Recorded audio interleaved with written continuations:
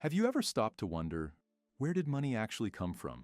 Not just the notes in your wallet or the numbers in your bank app, but the very idea of money itself.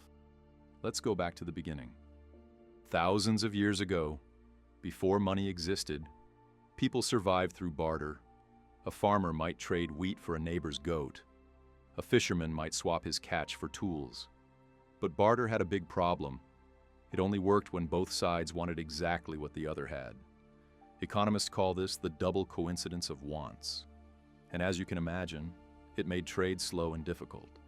So humans invented something smarter: commodity money. Instead of trading random goods, people started using items that everyone agreed were valuable. In some cultures, cattle became money. In others, it was grain, salt, or even cowrie shells. These things had intrinsic value and solved the trust problem. If you didn't want to eat the cow yourself, you knew someone else would.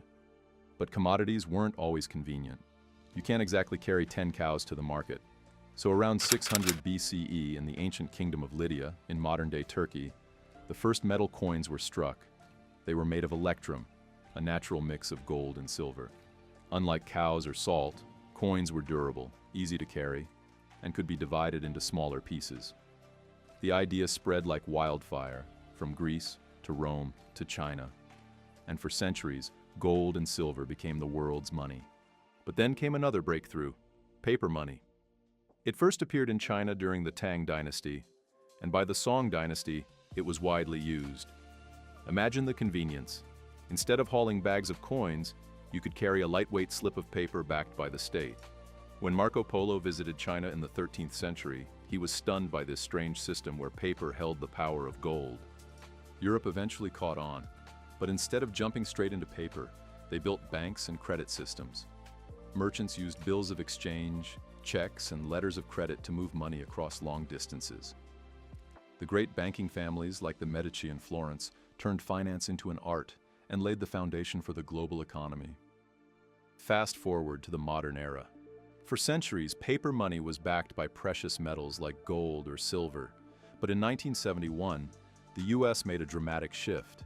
President Nixon ended the gold standard. From that moment on, most of the world's currencies became fiat money, valuable not because they could be exchanged for gold, but simply because governments declared it legal tender. And now, we've entered the digital age.